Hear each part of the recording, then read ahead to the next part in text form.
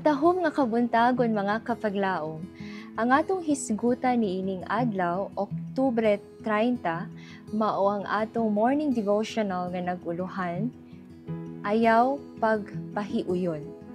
Ug ang atong teksto makita sa Roma 12, versikulo 2 nga nag-ingon, ayaw kamo pagpahiuyon niining panahuna sa kalibutan, kundili usba hinuon ninyo ang inyong kaugalingon pinaagi sa pagbag-o sa inyong salabutan, aron inyong masuta kung unsa ang maayo ug hinangpunon ug hingpit nga kabubuton sa Dios.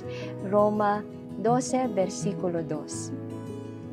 Si Kristo wala gayud magmando sa iyang mga sumusunod sa paghimo sa ilang kaugalingon ug mga panaad nga maghiusa kanila niadtong walay kalabutan sa Dios.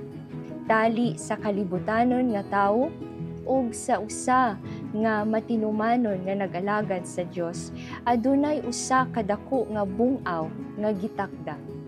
Diha sa labing importante nga mga hilisgutan, ang Dios ug ang kamatuoran ug ang eternidad, ang ilang mga hunahuna ug mga simpatya ug mga pagbati wala nagkauyon. Ang usa nga klase nagkahinog sama sa trigo alang sa kamalig sa Dios. Ang usa ingon sa mga bunglayon alang sa kalayo sa kalaglagan. Sa unsa nga paagi nga adunay panaghiusa sa katuyuan o binuhatan tali kanila, kinahanglang magbantay kita sa pagpatuyang sa espiritu sa pagkapanatiko o pagkadili matuguton. Dili kita angayang mubulag sa uban diha sa espiritu nga murag nag-ingon, ayaw pagduol kanako kay ako mas balaan kay kanimo. Dili nato takupan ang atong mga kaugalingon gikan sa atong isig katawo, kundili tinghuaon nato nga ipaambit ngadto kanila ang bililhong kamatuoran nga nakapanalangin sa atong kaugalingong mga kasing-kasing. Apan kun kita mga Kristohanon, adunay espiritu niya nga namatay aron sa pagluwas sa mga tao gikan sa ilang mga sala. Atong higugmaon pag-ayo ang mga kalag sa atong mga isig katawo nga dili gayud kita mutugot sa ilang makasasala nga mga kalingawan pinaagi sa atong presensya ug atong impluwensya. Ang maong dalan nga layo kaayo sa kaayuhan nila, makapahimo lamang kanila sa pagduha-duha sa katinuod sa atong relihiyon.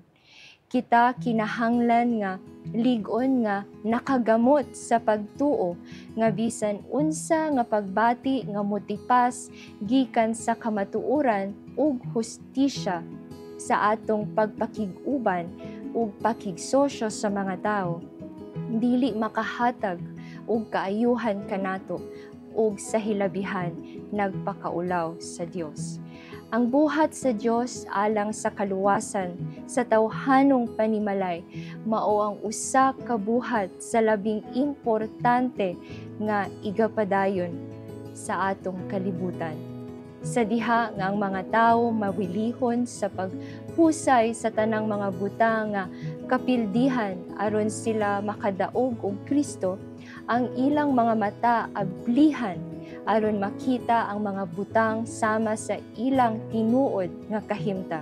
Unya sila mutalikod gikan sa yutan-ong mga kailibgon ngadto sa langitnon.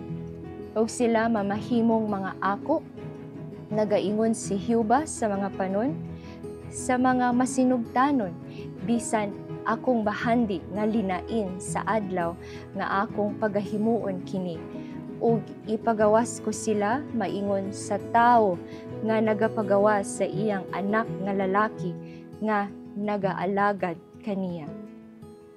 Unya kamo mubali kanako ug gahinon ninyo ang kalainan sa matarong ug sa dautan. Kaniya nga nagaalagad sa Dios ug kaniya nga wala mag-alagad kaniya. Malakias 3, versikulo 17 o 18. Magampo ta mga kapaglaom.